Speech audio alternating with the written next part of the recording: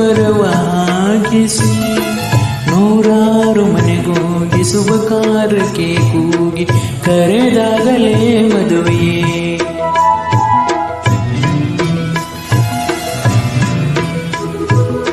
ಸರಿಗಮ ಪದನಿಸ ಊದಿಸಿ ತರ ತರ ಅಡಿಗೆಯ ಮಾಡಿಸಿ ಮಾಂಗಲ್ಯ ಬಿಗಿದಾಗ ಗಟ್ಟಿ ಮೇಳ ಬಡಿದಾಗ ಅಕ್ಷತೆಯಲ್ಲೇ ಮದುವೆಯೇ.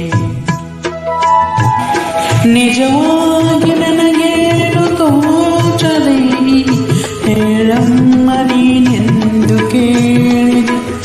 ಮನಸೊಂದೇ ಸಾಕಂತೆ ಸಾಕ್ಷಿಯೇ ಅರಿಶಿನವೇ ಬೇಕಂತೆ.